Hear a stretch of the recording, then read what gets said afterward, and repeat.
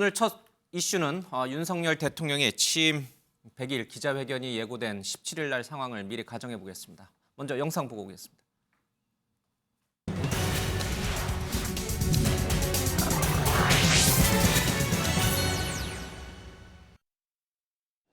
경제인 참여에는 방점을 두시고 정치인은 배제라는 관측이 나오는데 이런 기조로 결정하게 되신 배경이나 이유를 좀 더 엿볼 수 있을까요?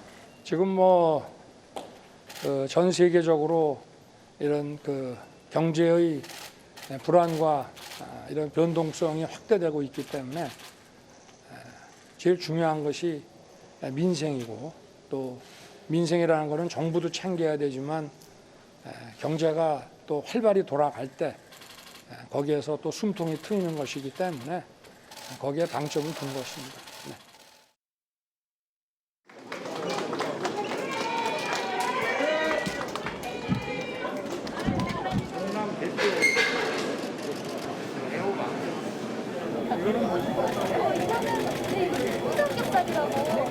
저도 좀 사가야 되겠네. 기피가 많은데 정부에서 어떻게 우리 엄마들 밥상을 좀 장바구니 물가 아주 확실하게 잡을 테니까. 네. 태양 직접 쐬서 말리는 거야? 아니면 공장에서 말리는 거야? 근데 건조를 좀 이제 기계 건조도 하고. 예.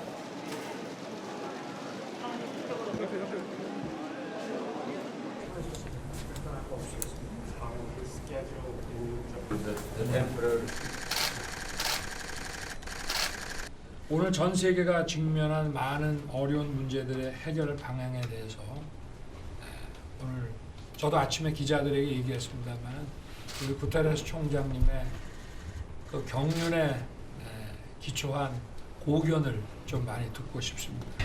I want once again to congratulate you on your election and to express my total solidarity with the people and the government of the Republic of Korea and my condolences to the families of the victims of the recent floods. 예, 윤석열 대통령 오늘 사면을 확정해서 발표를 했고요. 그리고 어제는 또 마트를 찾아서 민생을 챙기는 모습을 보였습니다. 또 유엔 사무총장을 만나면서 뭔가 이제 국정 운영을 좀 정상화하는 그런 모습을 좀 보이고 있습니다. 자, 그리고 오늘 17일 취임 100일을 맞이해서 40분간 언론과 기자 간담회도 하겠다, 이렇게 이제 공식적으로 좀 밝혔습니다. 대통령 오늘 나온 갤럽 지지율을 보니까 25% 지난주보다는 1%포인트가 조금 반등을 했습니다. 어쨌든 더 이상 하락은 좀 멈춘 상태인데, 물론 이제 어제 있었던 김성원 국민의힘 의원이라든지 또 이번 폭우와 관련된 대처 여러 가지가 이제 조금 반영이 되려면 다음 주 초쯤에나 좀 최종적으로 알 수 있겠습니다. 일단 하락세는 멈췄습니다. 자, 이 지지율 하락세 멈춘 거, 그리고 어제 마트 가서 민생 챙기는 모습, 또 이제 일상적으로 지금 사면까지 뭔가 좀 이제 좀 바뀌는 건가요? 이렇게 정상화되는 건가요? 국정 운영이 어떻게? 대통령께서 지금의 모습을 조금 더 빨리 보여주셨으면 하는 좀 안타까움이 있어요. 그러니까 대통령께서 직접 국민들 삶 속으로 들어가면서 국민들이 이제 대통령이 우리를 위해서 이렇게 신경 쓰시는구나, 일을 하는구나라는 걸 체감하면 저는 지금의 지지율을 이제 기반으로 해서 올라갈 거라고 저는 기대를 하고 있고요. 특히 오늘 이제 사면이 나왔지 않습니까? 사면 발표가 있었는데요. 많은 분들이 이제 정치인 대사면 사회통합 이야기를 많이 하셨었어요. 근데 지금 경기 침체와 세계적인 경기 침체죠. 침체와 위기로까지 이어질 수 있다는 거, 그리고 일자리 문제에 대해서 관심을 가지면서 경제인 중심으로 사면 내지는 복권이 됐거든요. 정치인들은 사실 배제가 됐습니다.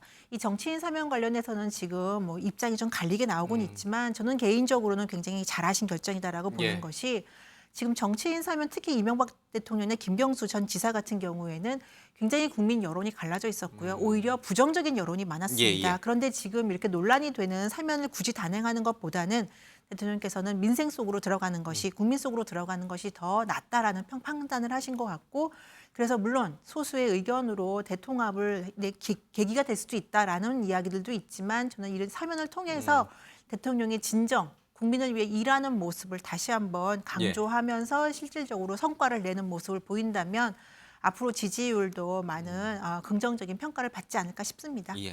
뭐 사면에 대한 좀 세부적인 더 얘기는 조금 이따가 더 들어가도록 하겠습니다.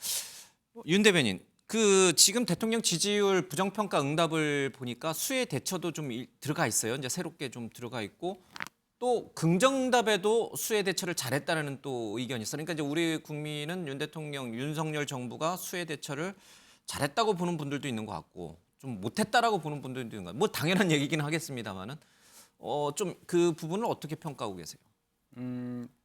맞는 말씀이죠. 예. 보기에 따라 그런데 예를 들어서 신속하게 그 현장을 방문한 모습이라든지 뭐 그 이후에 물가, 밥상 물가 관련해서 뭐 이 마트에 가신 뭐 이런 부분은 이제 긍정적으로 보일 수 있겠지만 예. 그 당일에 예를 들어서 퇴근을 하셨다, 댁에 계셨다, 그거를 안 좋게 보실 분들은 안 좋게 보실 수 있는 거고 예. 또 그 카드 뉴스 같은 거 그 부분이 부적절한 사진이 나간 부분에 대해서도 비판하실 분들은 하실 거고 또 예.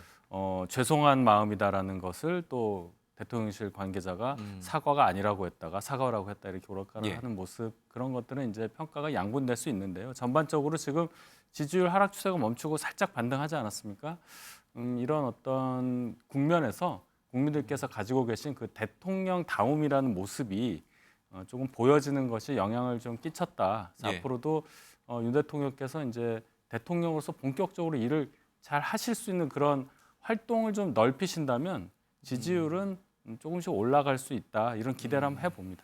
반등의 변곡점을 이제 찍었다 이렇게 보시는군요. 더 떨어질 일은 없고 이제 올라갈 일만 남았다 이런 뜻이네요. 뭐 꼭 그런 뜻보다는 지금 이 상황에서는 떨어지는 것을 좀 막을 수 있는 막을 수 계기가 있다. 마련됐다 이렇게 예. 봅니다. 출국길 문다 그러니까 도어 스태핑이라 불렸던 것도 이제 형식을 좀 바꾼다고 해요. 모두 발언 좀 하고 그리고 이제 기자들도 순서를 정해서 좀 하는 식으로. 그러니까 이제 뭐 그냥 주먹구구식으로 하는 모습에 대한 비판이 많았으니까. 그러니까 뭔가 좀 지금 바꾸려고 하는 거죠. 국정 운영 기조를. 네, 그래 보입니다. 특히 이제 저는 사실 윤석열 대통령 취임부터 지금까지 예. 가장 상징적인 게 무엇이냐라고 물어본다면 도어스태핑을 제 1번으로 꼽을 수밖에 없는데요. 예. 그동안에는 모두 발언이 없었습니다. 그러니까 뭐 약간 무엇이든 물어보세요 스타일로 뭐 자 기자 여러분 뭐 반갑습니다. 뭐 물어보세요. 뭐 이렇게 시작을 했었는데 예. 오늘부터는 본인이 쭉 얘기를 합니다. 어떤 얘기를 할지 그리고 또 일정도 상세히 소개를 했습니다. 예. 이를테면 뭐 오전 10시에 국무회의가 있고 12시 오차는 구테우스 사무총장하고 밥을 먹고 이 자리에서 북핵 문제, 인권 문제 그리고 난민 문제 뭐 등등에 대해서 상세하게 이야기를 나눌 것이다라고 얘기를 했는데 저는 또 다른 측면에서는 뭔가 사인이 잘못 가고 있는 것이 아닌가라는 생각이 예. 들었습니다. 이유는 뭐냐면 대통령은 대변인이 아니거든요. 통상 그런 일정에 대해서는 대변인이 기자들에게 특히 이제 섭간 기자들이 아침에 뭐가 됐든 마감을 해야 되기 때문에 백브리핑 형태로 설명을 해줍니다. 그래서 그 자리에서 일정이 나오고 어떤 내용들이 이제 다루게 될 것이다 이렇게 미리 예고를 해주는데 이거를 대통령이 도어스태핑 장소에서 해버렸어요. 근데 경우에 따라서는 구테우스 사무총장하고 무슨 얘기를 할지 저쪽에서 어떤 얘기를 할지 이건 사실상 어떻게 보자면 외교적 결례에 해당이 될 수도 있습니다. 예. 그러니까 외교상에서는 상대국이 또 물론 이제 유엔 사무총장이기 때문에 뭐 상대국 정상은 아니지만 그럼에도 불구하고 해외 인사를 만나서 이야기하는데 미리 뭘 얘기할 건지 쫙 얘기를 하고 그 자리에서 나는 그분의 고견을 듣겠다라는 예. 것까지 밝히셨기 때문에 굳이 그렇게 할 필요가 있었을까라는 생각이 좀 들고 국민들에게 정책을 상세히 설명하는 것은 좋지만 일정을 상세히 공개하고 마치 무슨 대변인이나 아니면 실무자처럼 그렇게 하실 필요는 없지 않을까라는 생각이 좀 들었습니다. 예. 현 변호사님도 네. 이제 지지율 문제는 이제 조금 이제 그 추세가 좀 바뀔 거라고 보세요?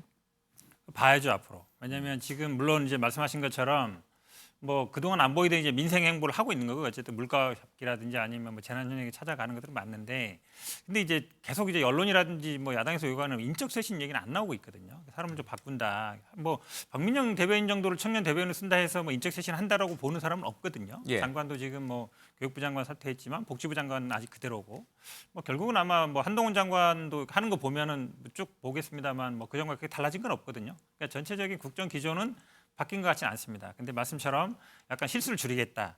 그러니까 뭐 출국길 문답 같은 데서.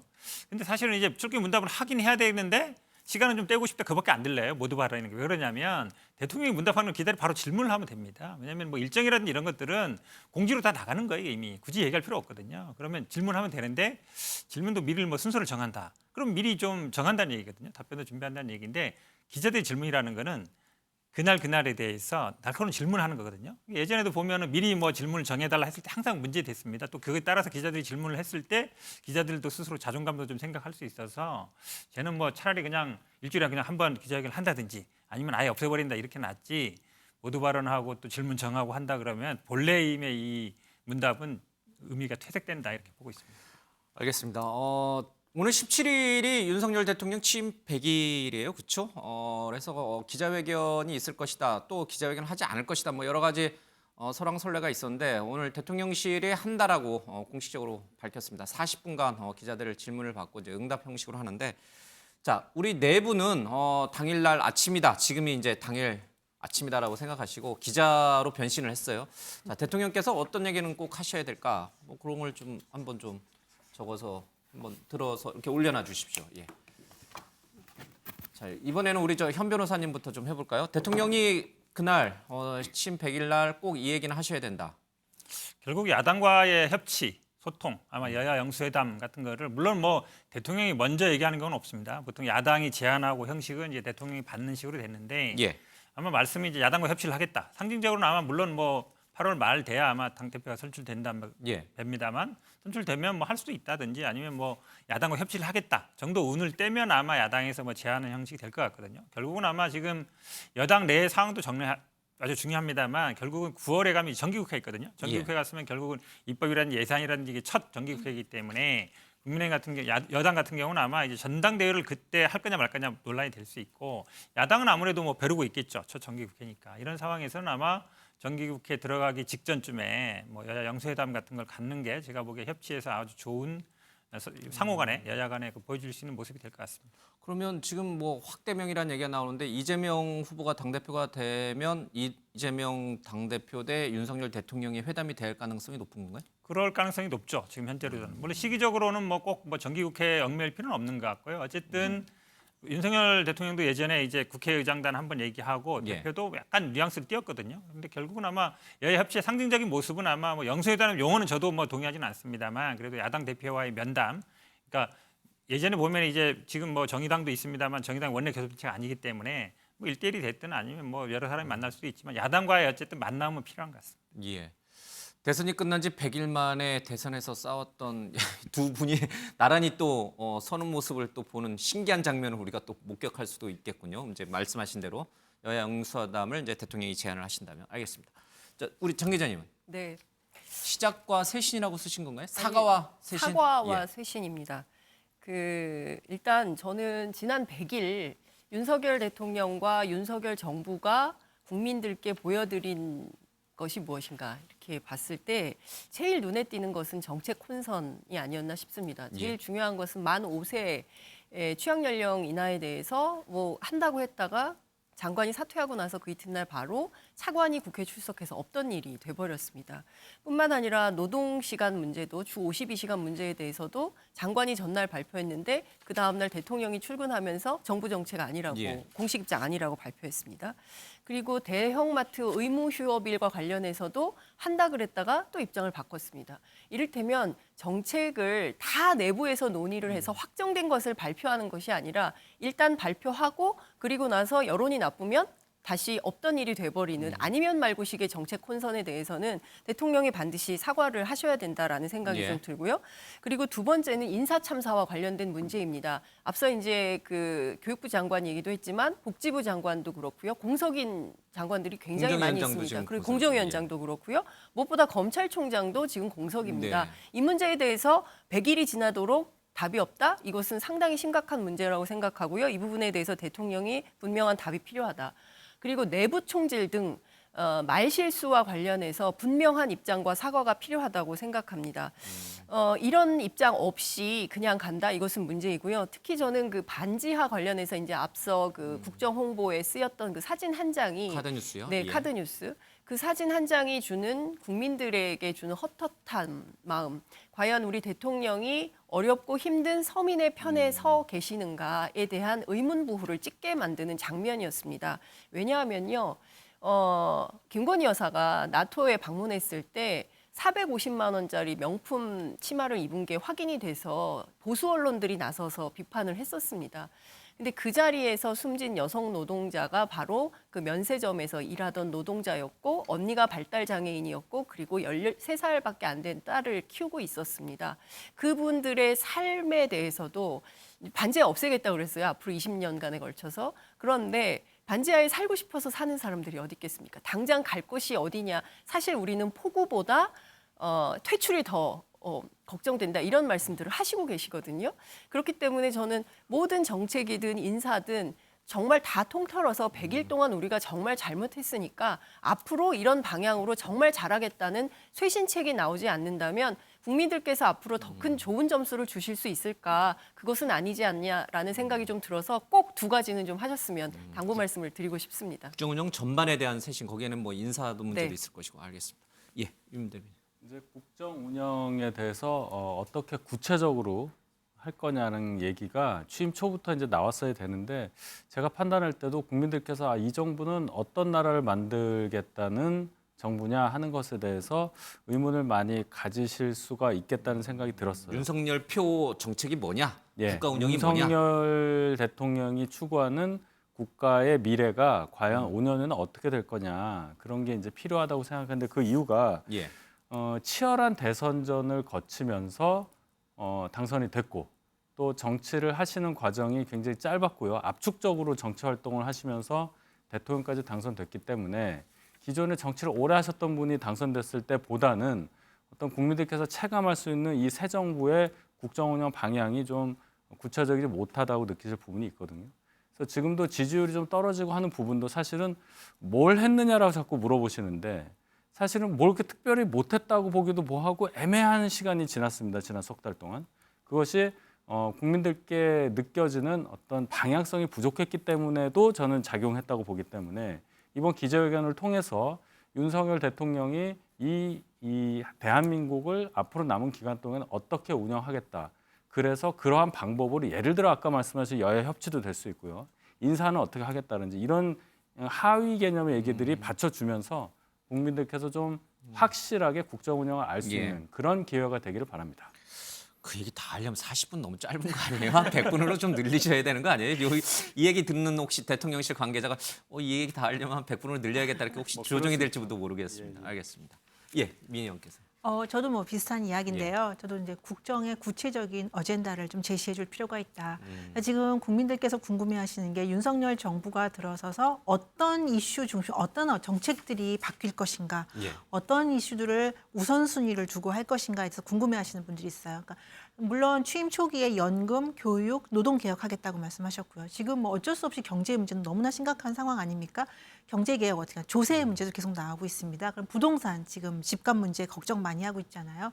이런 것들에 대해서 어떻게 우선순위를 두고 어떤 단계를 거쳐서 하겠다라는 구체적인 안을 말씀해 주셔야 국민들이 답답해하면 좀 덜어줄 수 있고 그다음에 국민들도 거기에 맞춰서 계획을 세울 수 있겠죠. 예. 그리고 이와 함께 저는 또 하나 부탁을 드린다면 지금 공석으로 돼 있는 앞서서도 말씀하셨지만 공석으로 돼 있는 주요 자리들이 많습니다. 그 자리들을 어떻게 언제쯤 채워 놓으실지 예. 어떤 방향으로 나아가실지에 대해서 말씀해 주셔야 되지 않을까 싶습니다. 예. 대통령께서 이번 광복절 연휴는 그냥 고스란히 공부하시고 준비하는 데 다 쏟아부어야 될 것 같습니다. 여러 가지들 이제 뭐 좀 주문을 하셨습니다. 이런 것들이 좀 잘 반영이 돼서 성공적인 기자회견으로 좀 갔으면 좋겠습니다. 자, 오늘 사면이 있었죠. 이 사면과 관련해서 반응이 조금 엇갈리는 대목이 좀 있습니다. 먼저 이 사면 관련된 얘기 영상으로 보고 와서요. 이 네 분의 의견도 좀 듣겠습니다. 이번 특별 사면의 구체적인 내용에 대해서 말씀드리겠습니다. 경제활성화를 통한 경제 위기 극복을 위해서 주요 경제인으로서 이재용 삼성전자 부회장을 특별 복권, 신동빈 롯데그룹 회장을 특별 사면 및 복권, 장세주 동국제강 회장을 특별 복권, 강덕수 전 STX그룹 회장을 특별 사면 및 복권합니다. 정부 출범 후 첫 사면인데요. 이번 광복절 특별 사면에는 정치인과 공직자들은 사면 대상에 포함하지 않았습니다. 현 시점에서 우리 사회의 가장 시급하고도 중요한 현안은 국민들의 민생 경제라는 점을 깊이 고려한 것입니다.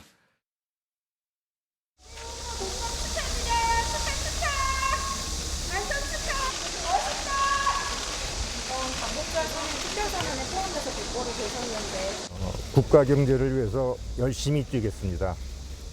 감사드립니다. 국민들하고 회사 직원들한테도 하실 말씀 없으실까요? 아직 남은 재판도 있는데 여기에 대해서도 준비 어떻게 예, 오늘 사면의 특징을 좀 꼽자면은 이재용 그리고 신동빈 회장의 사면 그리고 이명박 전 대통령, 김경수 전 지사의 사면 제외. 뭐 이 정도로 이렇게 좀 특징을 꼽을 수 있을 것 같은데 반응이 좀 달라요. 그렇죠? 주호영 비대위원장은 생계형 범죄 등 대폭 사면이 발했는데 아쉽다 이런 논평을 내놨고 우상호 더불어민주당 비대위원장도 국민 통합 차원에서 정신이 포함됐어야 되는데 빠져서 유감이다 이런 또 입장을 내놨고요. 이재호 국민의힘 상임고문도 MB 사면 제외 때문인지 몰라도 굉장히 그 부분을 좀 비판적으로 봤고 홍준표 대구시장도 이건 너무 아무런 감흥이 없다 이제 이런 논평을 내놨어요. 그러니까 대체적으로 잘했다라는 평가보다는 잘 못했다라는 평가가 좀 안팎으로 많은 것 같아요. 정말 그런가요? 정치인 사면 했었어야 되는 건가요? 잘했다는 평가는 담질 않고 조금 예. 이슈가 되게 이제 SNS나 이런 쪽 방송을 통해서 언론을 통해서 이제 비판적인 발언, 아쉬운 발언을 한 분들을 중심으로 다뤘던 것 같아요. 예. 근데 아, 이제 긍정 평가하신 분들이 있어요? 누가? 국민 여론에서는 여론에서는? 사실은 긍정 평가가 훨씬 예. 더 높. 그러니까 이명박 대통령 전 대통령이나 김경수 전 지사 사면에 대해서는 부정 여론이 훨씬 높았죠. 정치인들 포함시키는 네. 거. 예. 7월 말에 보면은 김경수 지사나 이명박 전 대통령 반대 여론이 50%를 넘어섰었거든요. 56%, 53% 정도가 예. 반대 여론이었기 때문에 이런 것들을 본다면 국민 정서상 정치인들 사면에 대해서는 굉장히 부정적이었다. 저는 윤 대통령이 분명히 고민이 있었을 거라고 봐요. 그러니까 예. 2달 전쯤에 출근길 문답에서 분명히 얘기를 하셨거든요. 20년쯤 수감 생활하는 게 맞는지 정말 고민 지점이 있다라고 분명히 얘기를 했기 때문에 그 시간 동안에 많은 고민이 있었지만 사실 지금 시급한 거는 경제 문제고 예. 정치인 사면에 대해서 국민 여론이 부정적인 여론이 더 많고 어떻게 보면 이명박 전 대통령과 가까웠던 분들 또는 김경수 전 지사와 가까웠던 분들은 지금 목소리를 높여서 아쉽다고 얘기를 하지만 다수의 국민들은 거기에 대해서 아무 말씀 안 하십니다. 이런 점을 아마 고려한 게 아닌가 싶어요. 대통령실에서는. 예. 그럼 낮은 지지율 상황에서 국민 여론을 좀 많이 고려해서 정치인을 사면을 배제했다 이렇게 지금 봐도 글쎄, 되는 거예요? 높은 지지율 상황에서라도 여론이 이렇게 나왔다면 사실 국민 여론을 많이 감안하는 게 맞는 방향 아닌가 싶습니다. 지지율이 높았어도 네. 같은 결정이 나왔을 거다. 네. 예. 윤 대변인께서는 어떻게 보세요? 왜 이재호 의원이라든지 주호영 의원이라든지 이런 분들은 지금 오늘 왜 저기 비판적으로 논평을 내놓으세요? 여의도에서는 아마 이명박 전 대통령이나 김경수 전 지사에 대한 사면이 이루어졌다면 예. 여야 양쪽에서 다 괜찮은 평가를 내렸을 겁니다. 그건 뭐 양쪽에서 박수 받을 수 있었다. 예, 이유는 아실 테고 사실은 이 소위 말하는 재벌 총수들에 대한 특별 사면 복권에 대해서도 국민 여론이 좋은 적이 별로 없어요. 사실은 특혜라고 생각을 했는데 지금은 대통령이나 이 한동훈 장관도 얘기했지만 경제 상황이 워낙 어렵고 그래서 국민들께서 보시기에 경제인들 사면을 해서 경제 활동이 좀 잘 이루어질 수 있는데 도움을 줘라 하는 그런 의견이 힘을 받는다는 예. 차원에서 아마 이런 사면 결정이 내려진 게 아닌가 이렇게 해석해 봅니다. 장 기자님은 재벌 총수 회장들을 이제 사면 복권 시켜서 어떤 지금 어려운 경제에 좀 이바지할 수 있도록 기회를 주는 부분은 어떻게 생각하세요? 전혀 그렇지 않다는 것이 이미 여러 차례 학자들을 통해서 예. 확인이 됐습니다. 이게요, 어제 오늘 얘기가 아니라 이미 2004년부터 연구자들이 연구를 했어요. 그래서 경영인들의 범죄와 기업 성과를 주제로 많은 보고서와 논문이 예. 나왔습니다. 이것도 어디서 나왔냐면 KDI 국책연구원에서 한 겁니다. 예. 비리 경영자를 처벌하면 오히려 기업 실적이 개선되더라. 이런 연구 결과가 수차례 나왔습니다. 그럼에도 불구하고 오늘 사면하면서 어떤 얘기가 나왔냐면 국민 모두 힘모아 경제 위기 극복의 계기가 마련이 됐으면 좋겠다 이런 얘기를 했는데요.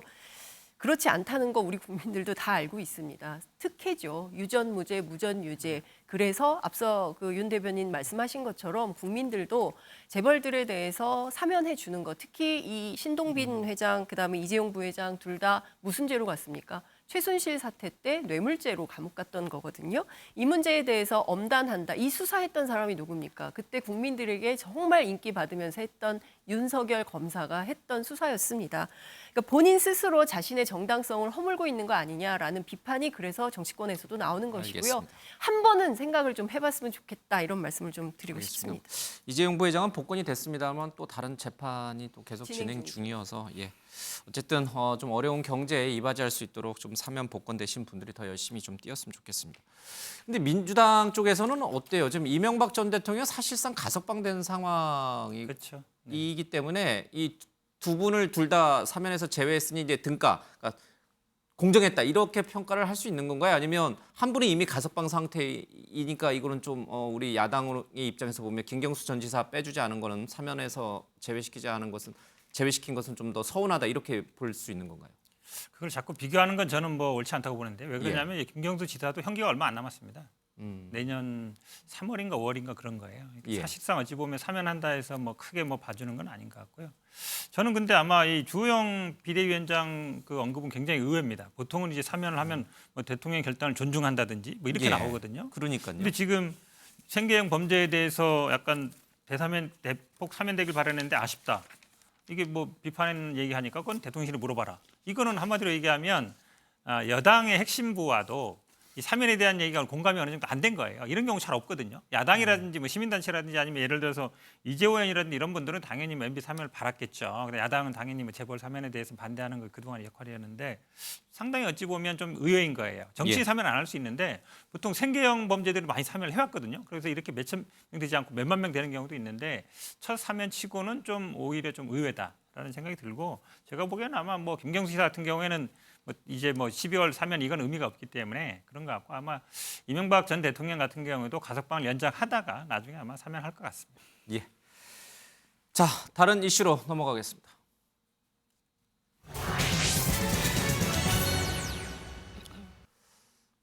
네, 어제 수해 복구 현장에 봉사활동을 하러 갔다가 사진 찍는 기자들을 의식한 탓인지 비가 왔으면 좋겠다 이런 발언을 해서 큰 파장을 났던 김성원 국민의힘 의원이 오늘 또다시 국민에게 사과를 좀 했습니다. 그 모습 보고 오겠습니다.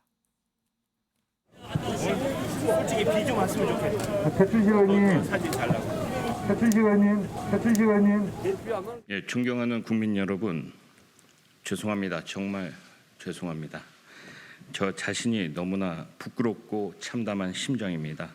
다시 한번 무릎 꿇고 사죄드립니다. 저의 경솔한 말로 인해 상처를 받고 또 분노를 느꼈을 국민들께 평생을 반성하고 속죄하겠습니다. 이번 일로 당이 저에게 내리는 그 어떤 처분도 달게 받겠습니다. 조영 비대위원장하고도 나누신 얘기는 어떤? 위험합니다. 어떤 배경에서 그런 얘기가 나오셨는지 약간 설명 좀 부탁드려도 될까요? 상황이요?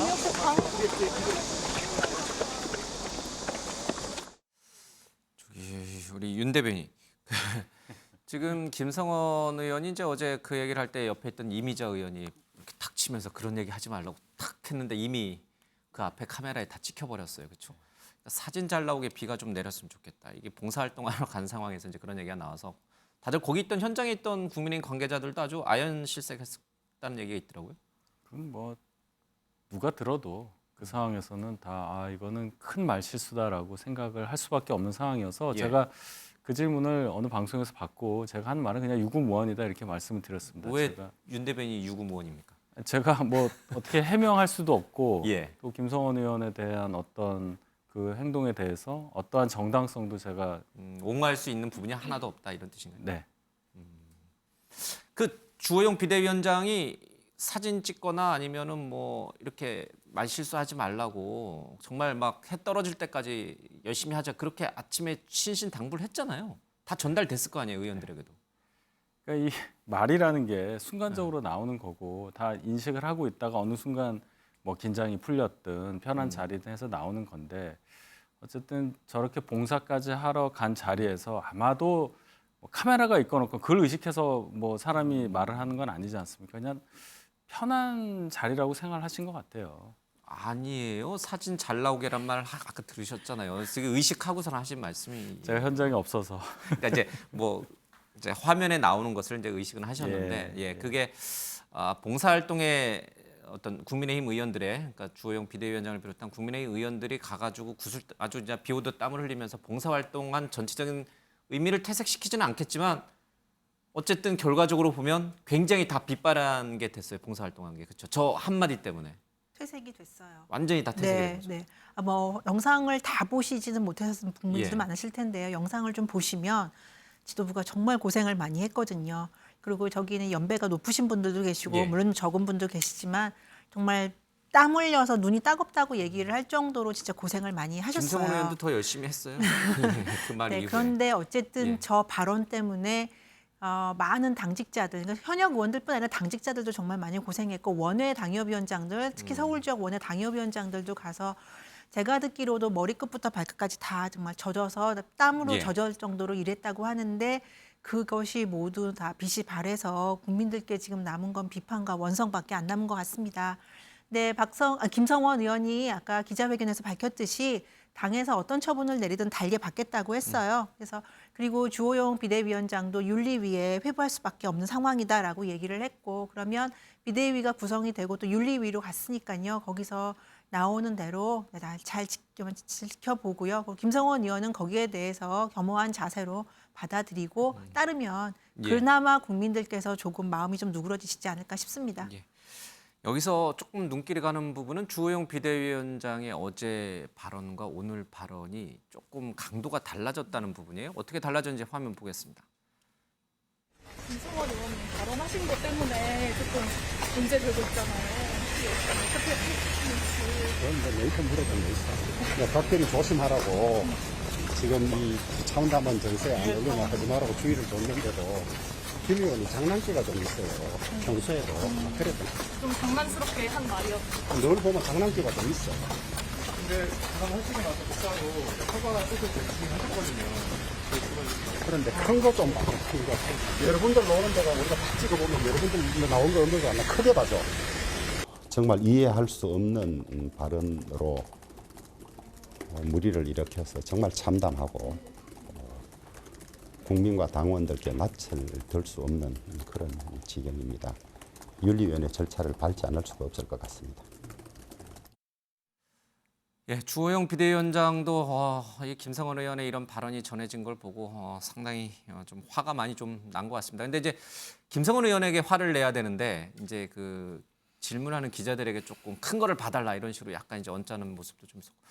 그리고 또 장난기라고 이제 약간 두둔하신 것처럼 또 비춰져서. 근데 오늘 아침에 이제 얘기하신 거는 완전히 또 달라요. 그렇죠? 네. 굉장히 엄중하게 받아들이고 있고 뭐 중징계, 윤리위 회부 뭐 이런 얘기까지 하신 거 보면 하루 사이에 어제 현장하고는 완전히 다른 분위기로 지금 바뀐 것 같아요.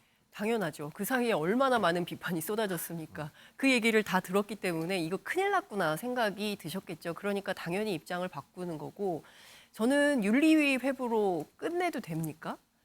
저는 다른 거 다 떠나서 그 국민의힘 의원님들 사이에서의 도대체 국민들에 대한 인식이 어떤 건지 궁금해져요. 그러니까 지난번에 성일종 정책위 의장이 임대 아파트에 사시는 분들 중에 정신병자가 많다 이런 얘기를 해서 논란이 됐었습니다.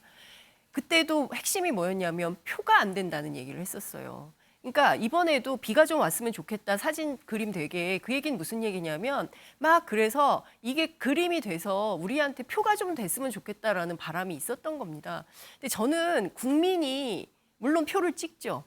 주권 민주주의니까요. 그런데 국민이 표는 아니지 않습니까? 정말 정서적으로 공감하고 저 자리가 얼마나 그냥 가서 보면 제가 보면은 그냥 억장이 무너질 것 같아요. 저는 그냥 평범한 시민이고 기자에 불과하지만 그런데 정치를 하겠다고 나서신 분들은 공인이지 않습니까? 내 삶뿐만 아니라 국민들의 삶, 국민들이 눈물 흘릴 때 그 눈물을 닦아주겠다고 정치에 오신 분들인데 그분들이 저렇게 남 얘기하듯이 얘기해도 되는 것인가? 그리고 두 번째, 장난기가 있다고요? 장난기가 있어서 저 자리에서 장난칠 자리입니까? 그래도 되는 건가요? 저는 국민들께서 근본적으로 여쭙고 있다고 생각합니다. 그래서 이런 얘기가 나와요. 국민의힘 탄핵까지 당했는데 정신 아직도 못 차린 거 아니냐. 무슨 반성을 하고 있는 것이냐. 정권을 맡겠다고 했으면 우리가 앞으로 무슨 정책을 할지 그리고 어렵고 고통스러운 시민들을 위해서 어떤 정책을 할지 분명히 밝히고 가야 되는데 그런 내용은 하나도 없이 저 자리에 장난하러 갔어라는 비판이 나올 수밖에 없는 것이고요. 그리고 저는 정치인들 저런 데 안 갔으면 좋겠습니다. 왜냐하면요. 일 잘 못해요. 차라리 예비비로 예산 지원해서 일자리 만들고요. 가서 잘하실 수 있는 분들이 일할 수 있도록 뒤에서 정책으로 말하는 게 정치인의 역할입니다. 그런데 가서 어설픈 일자리 가서 저렇게 하고 오히려 빈축 사는 일만 계속 만드는 게 저는 오히려 안타깝습니다. 성일종 전 의원의 이제 과거 발언까지도 이제 소환을 하셨어요. 그래서 그러면 이 일을 계기로 정말 국민의힘 전체를 상대로 일반화시켜서 아직도 정신 못 차렸다 이렇게 보아야 되는 것인가 아니면 또 그렇게 보는 것도 너무 지나친 일반화인가 뭐 해명할 기회를 좀 드려요? 아니면 넘어갈까요? 이거는 해명할 일은 아니고요. 예. 국민들께서 그렇게 지적하시면 저희는 그런 겁니다. 저희가 그거를 인정을 하고 바꾸는 게 중요하지. 그걸 뭐 일반화했다고 저희가 그걸 해명하고 하는 것은 아무 도움이 안 되잖아요. 일단 재선 의원이 저런 발언을 했다는 것은 개인의 어떤 일탈로 보기에는 어쨌든 분위기 전체가 그럴 수도 있다고 지적을 받을 수 있는 부분입니다. 앞으로 이런 일이 없도록 하고 이 부분에 대해서 더 각별히 경계하는 그런 모습을 보여드릴 때 다시 국민들의 신뢰를 받을 수 있다 이렇게 생각합니다. 예. 뭐 우리 현 변호사님도 하실 말씀. 뭐 다 하셨기 때문에 제가 굳이 뭐 보태지 않아도 될 것 같습니다. 예. 그러면 알겠습니다. 자, 같은 당내 이재호 고문은 굉장히 강경한 조치가 필요하다라고 주문을 했습니다. 들어보겠습니다. 기가 막히는 거지. 저런 것 때문에 사람들이 국민의 힘이 지금 국민이 짐된다 그러잖아요. 국민의힘 요즘 윤리위원회 세게 나가잖아요. 그렇죠. 윤리위원회 소집해갖고 아하.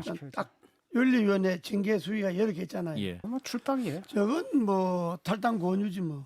왜냐하면 저 마인드가 되게 정상이 아니잖아요. 지금 농담이라도 사람이 그렇죠. 그러니까 농담할 장소가 따로 있지. 뭐 영국 구경을 갔다든지 뭐 캠핑을 갔다든지 그럼 좋아요. 예. 수제 연장에 갔잖아요. 복구 수제 현장.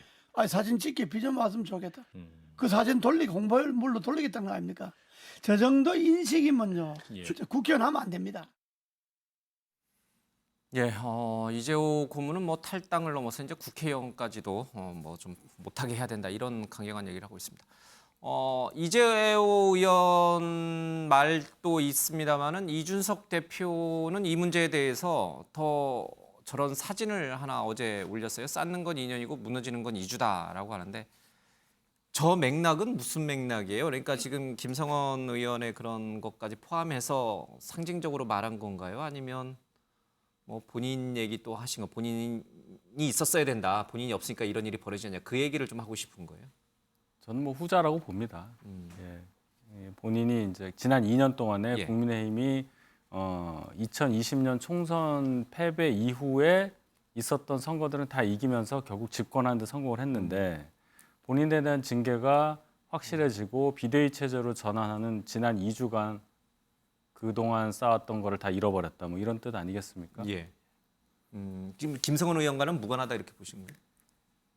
뭐 때 맞춰서 그건데 뭐 꼭 그거라고 보기엔 좀 그렇습니다. 예. 지금 저기 막 그렇게 허물어지고 그러니까 철거 직전의 집처럼 보이는데 저게 지금 국민의힘을 상징하는 건가요? 뭐 그렇다고 건물이? 봐야죠. 그리고 거기 보면 너무 처참하게. 우리 식당 정상 영업한다고 써 있잖아요. 예.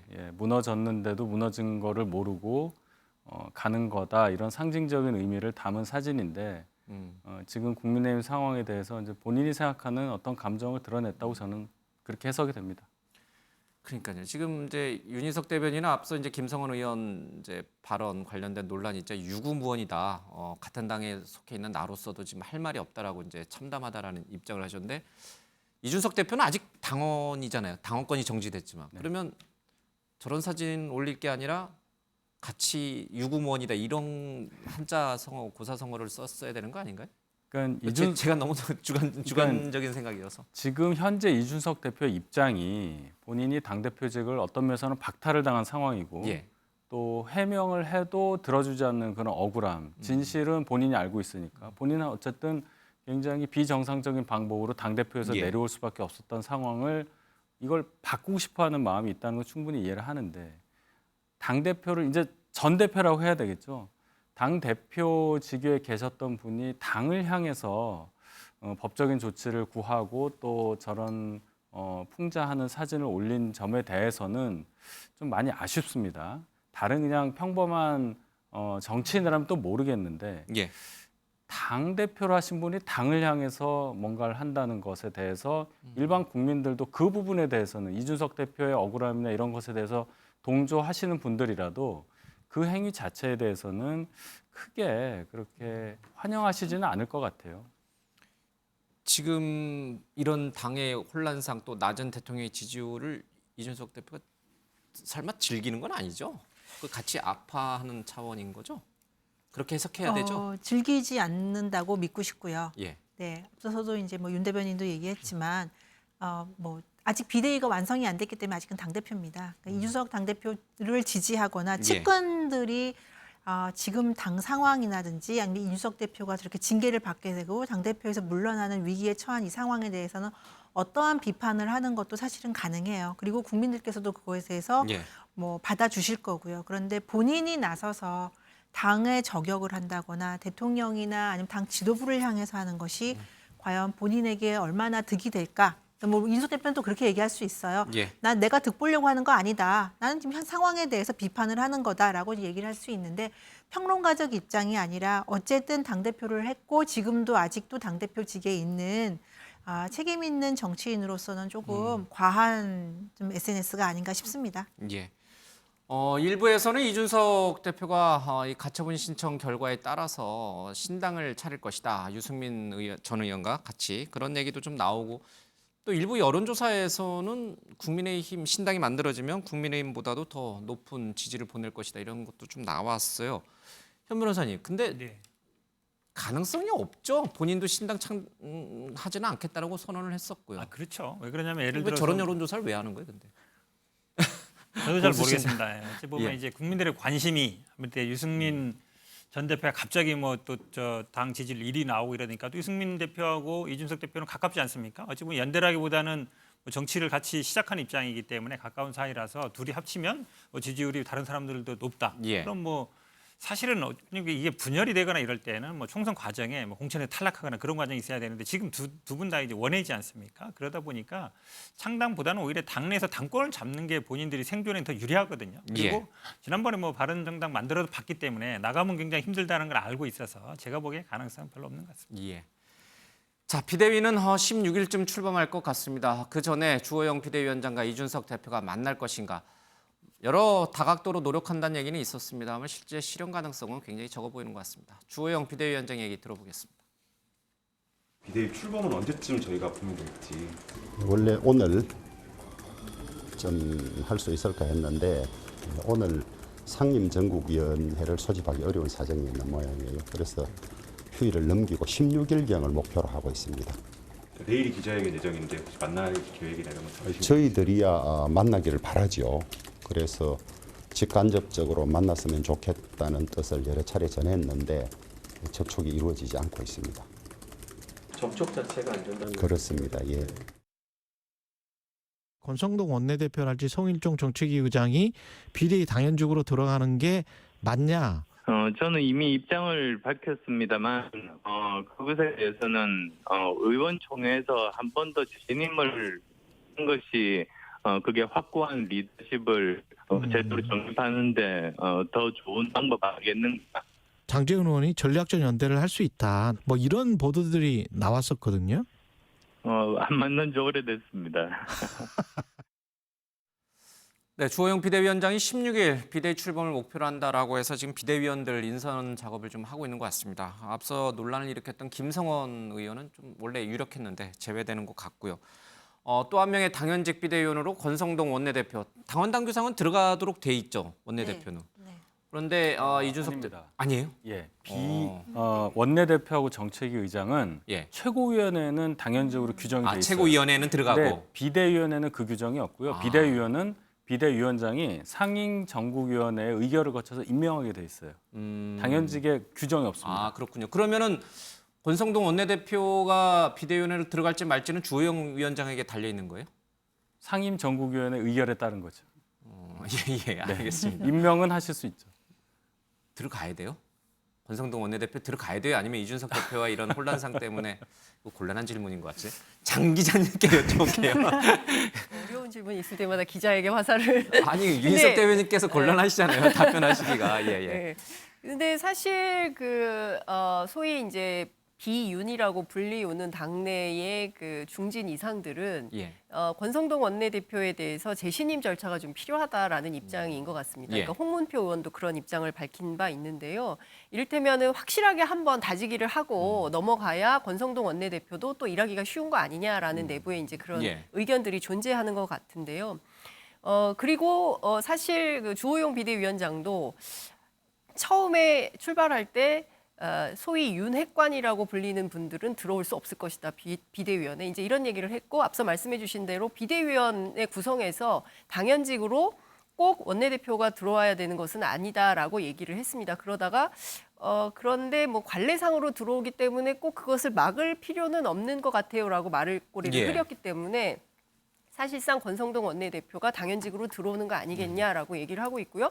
권성동 원내대표 스스로도 본인이 빠질 수도 있다라는 얘기가 나와서 기자들이 질문했을 때 매우 신경질적인 반응을 보였습니다. 말도 안 되는 소리 한다 이런 얘기를 했었거든요. 그러니까 무슨 본인은 얘기냐- 들어가는 걸로 그렇죠. 당연하다고 본인은 생각하는 거죠. 당연히 내가 들어가야지 무슨 소리냐 이제 이런 입장인 것 같아요.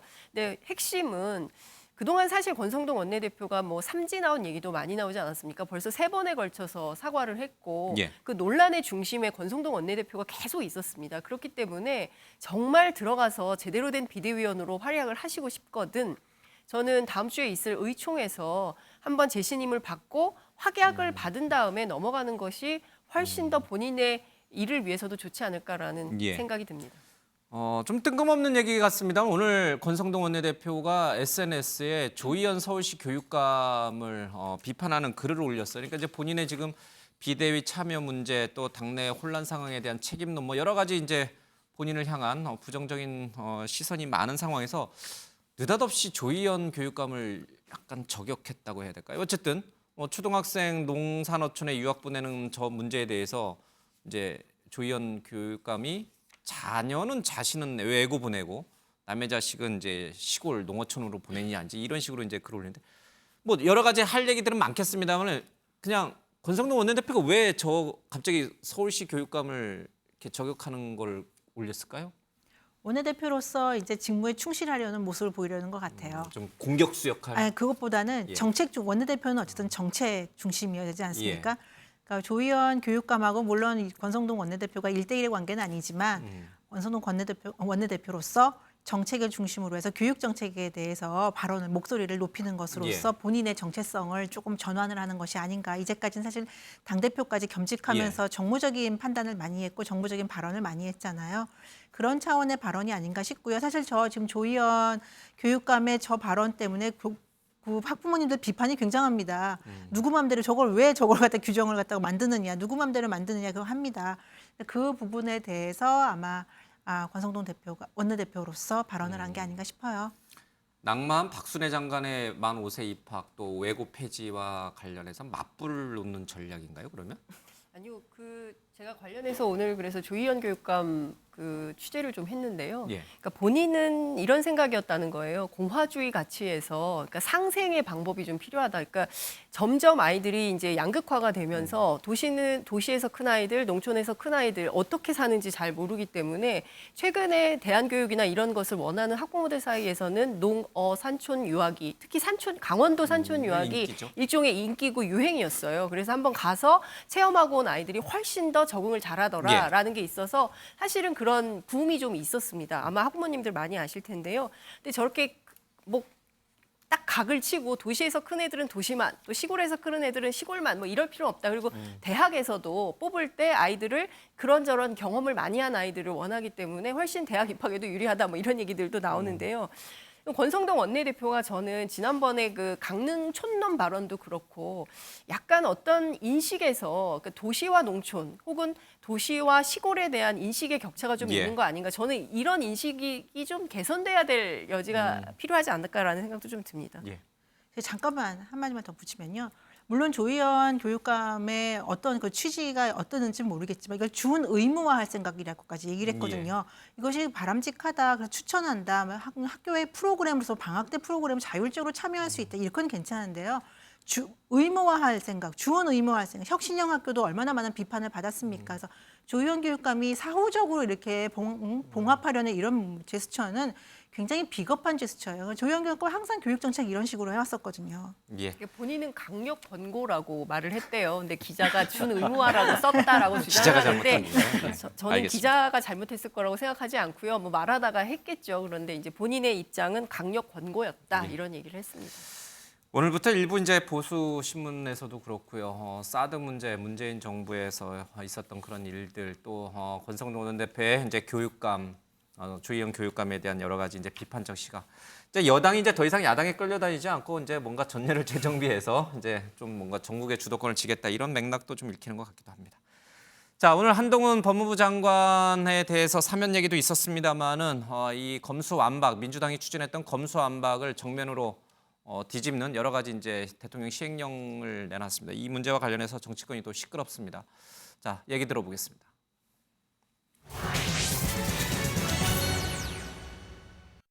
국민 생활의 안전을 위협하고 서민의 민생을 심각하게 침해하는 각 조폭 등 깡패 말하는 겁니다. 조직 범죄에 대한 처벌 공백을 방지하기 위해서 서민을 갈취하는 조폭, 기업형 조폭, 보이스피싱 조직 등 경제 범죄를 목적으로 하는 조직 범죄를 경제 범죄로 규정했습니다.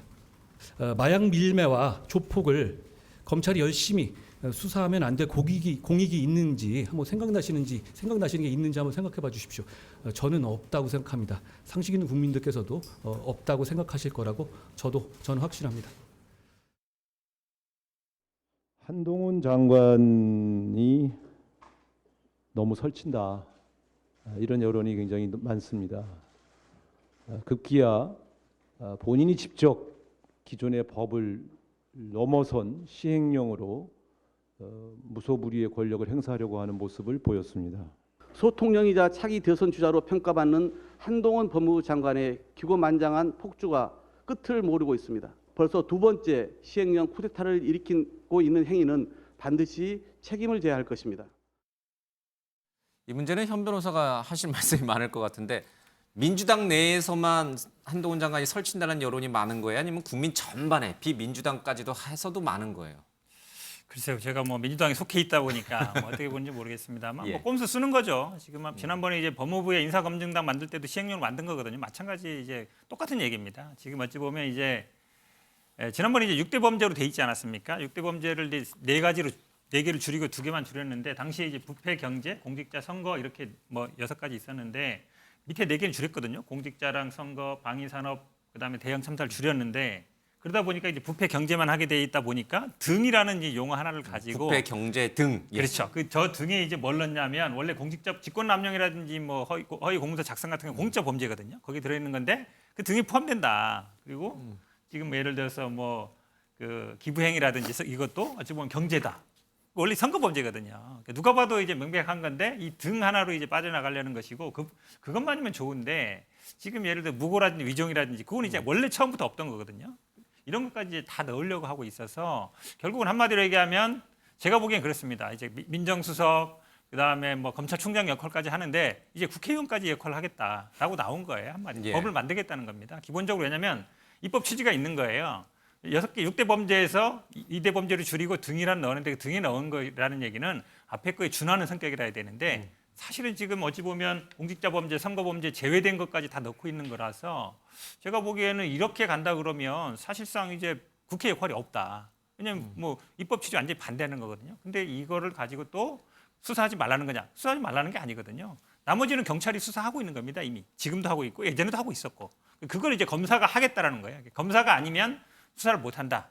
그러니까 쉽게 얘기하면 이제 검사가 최고 엘리트다. 경찰은 수사 능력이 떨어진다. 이거를 기본적으로 전제하는 거라서 제가 보기에 이런 식의 꼼수는 이제 앞으로도 계속될 걸 보는데 아마 제가 보기엔 이런 방식은 아마 권한쟁의 심판이라든지 이거에도 계속적으로 아마 불리하게 작용할 가능성이 높다라고 보고 있습니다. 이제 그래서 검수를 완벽히 복원했다. 이제 그래서 뭐 검수 원복 시행령이다 뭐 이런 얘기도 나오는데 일단 시행령은 국회 동의나 이런 걸 받을 필요가 없으니까 그냥 한 장관이 그냥 시행하면 되는 거잖아요. 그렇죠?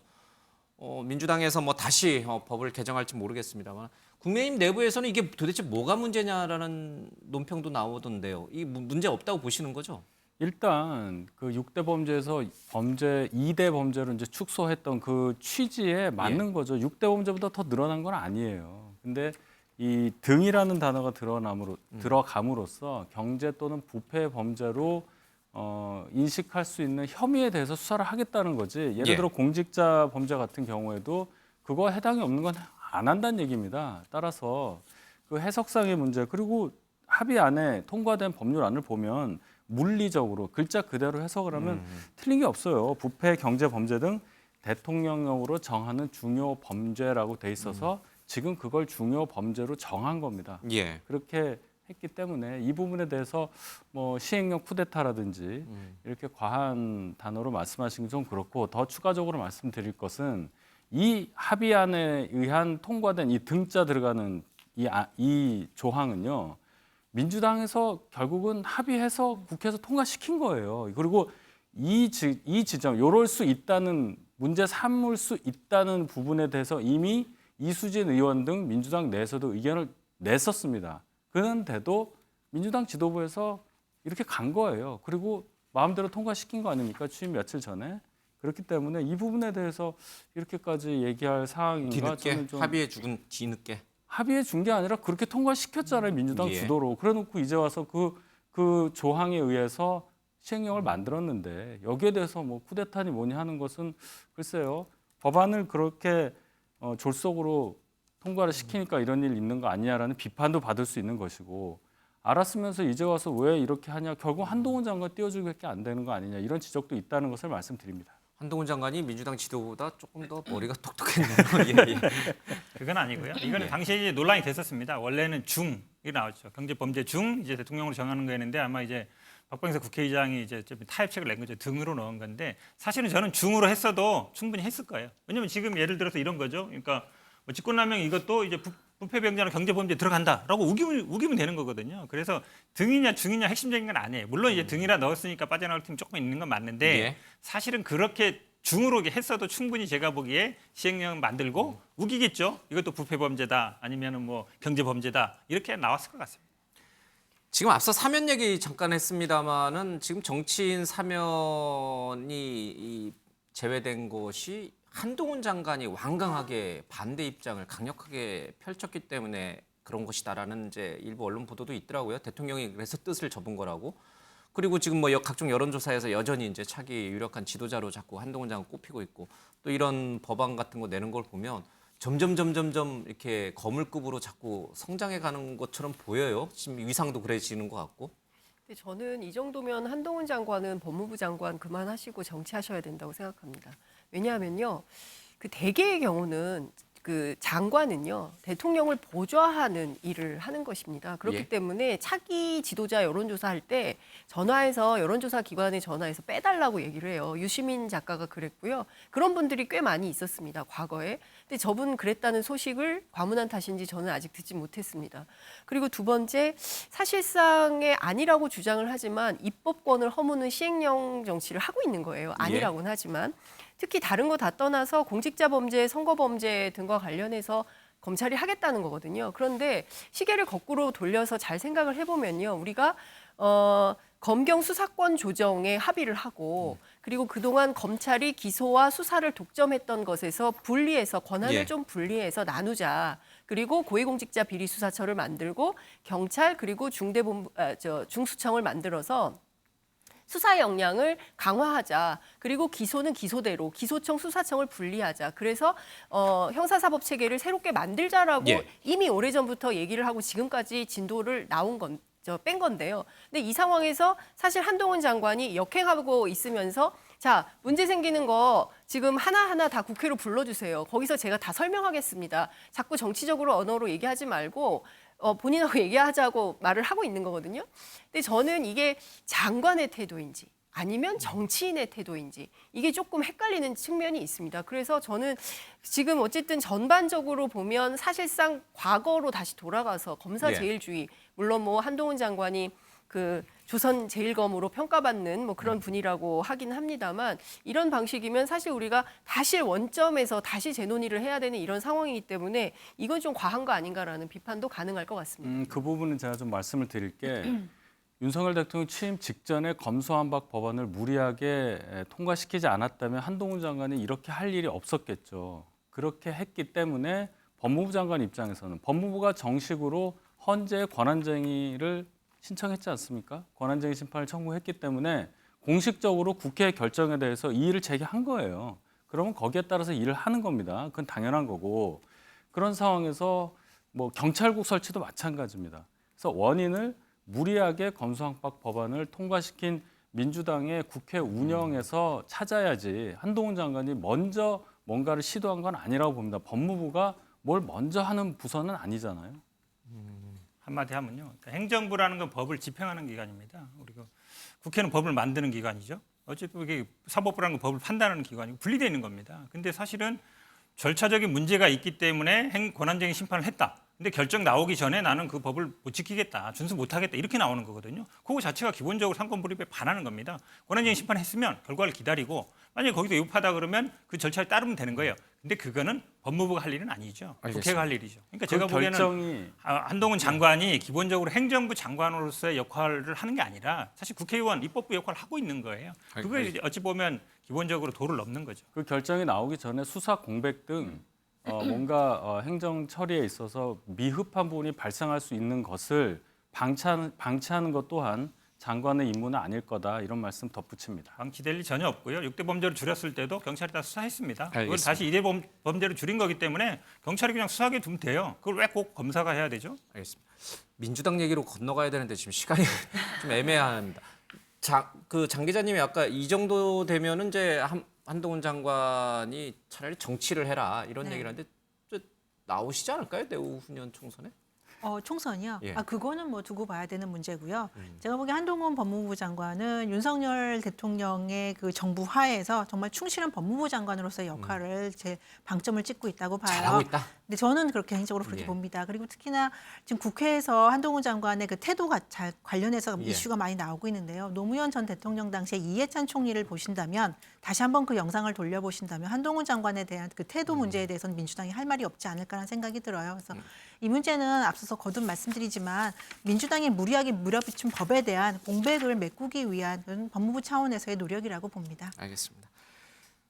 시간이 좀 부족하긴 합니다만 민주당 당헌 80조 개정 문제 잠깐 다루고 가겠습니다. 영상 보겠습니다.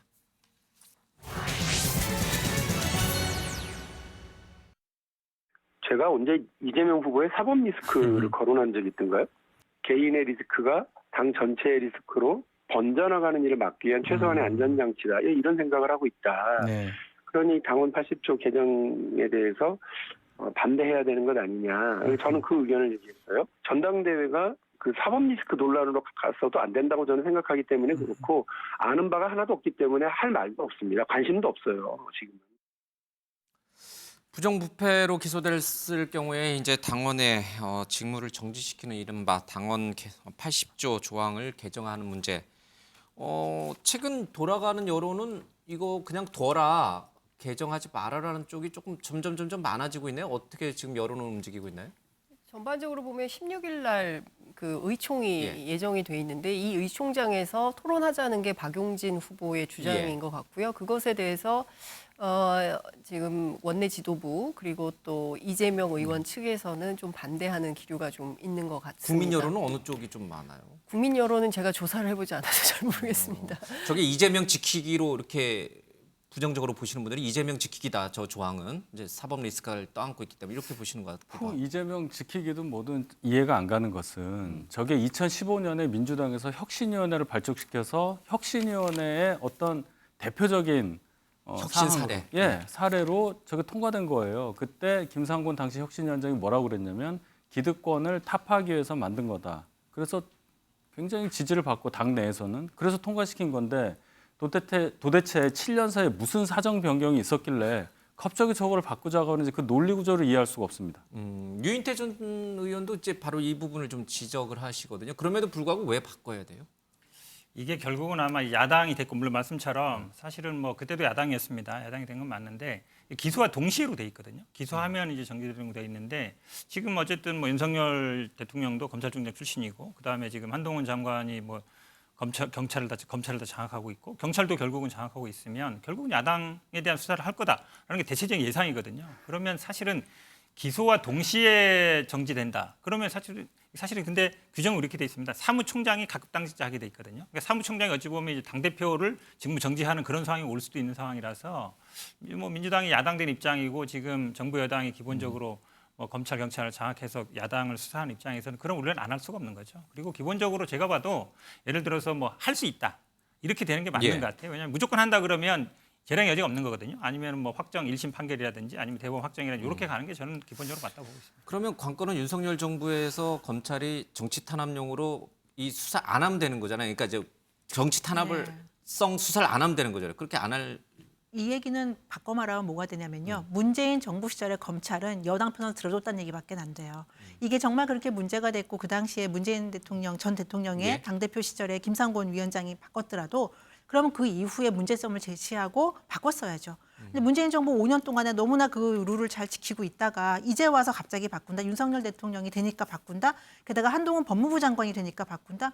그 얘기는 여당이 되면 우리는 안전한데 야당이 되면 우리 불리해. 그럼 다음에 다시 민주당이 만일에 정권 잡으면 다시 바꾸나요? 이거는 민주당 스스로 수렁으로 빠지는 길이고요. 전 박용진 의원 말이 100% 맞다고 생각해요. 그래서 이거는 민주당을 위해서 국민의힘이 아니라 민주당을 위해서 이 당원 당규는 지키는 게 맞다라고 저는 생각합니다. 예. 윤석열 정부가 정치 탄압용 수사를 할 것이다라고 보는 쪽과 그런 염려는 붙들어 매둬라. 그렇지 않다라고 또 보는 쪽들 시각이 좀 완전히 극과 극인 것 같습니다.